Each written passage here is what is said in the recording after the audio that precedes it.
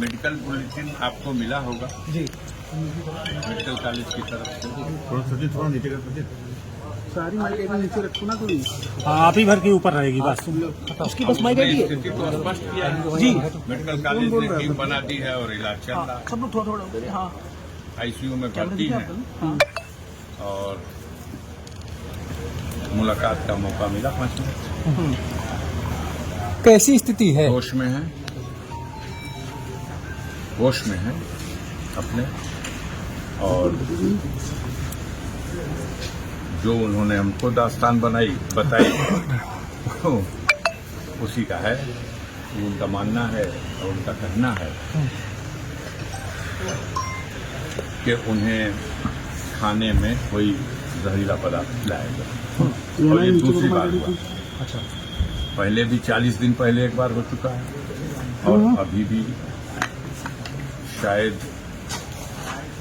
19 को या 22 को कोई डेट बताया उन्होंने, और तब से उनकी हालत खराब है। अब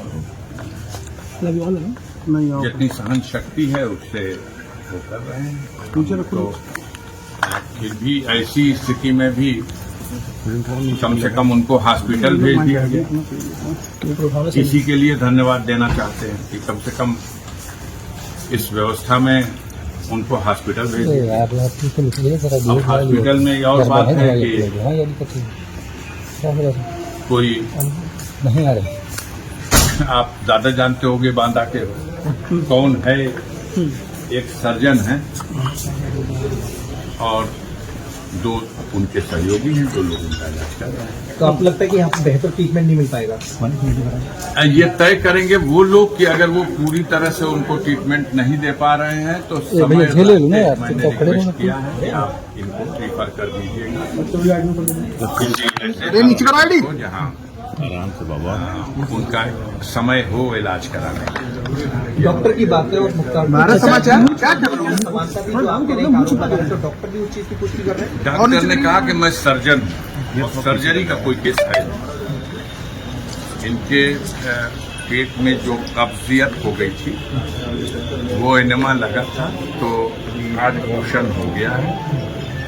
हालांकि पेट अभी पूरी तरह से फूला हुआ है, गैस भी है और अभी ठीक से बोल भी नहीं पा रहे हैं, लेकिन पहचान रहे हैं, होश में हैं और अपनी बात का रमजान के चलते रोजे रखने के चलते अब ये तो मीडिया को यही बताया गया था और मीडिया ने कुछ देर तक ये खबर चलाई कि उनके इस स्थिति में होने का कारण रमजान है।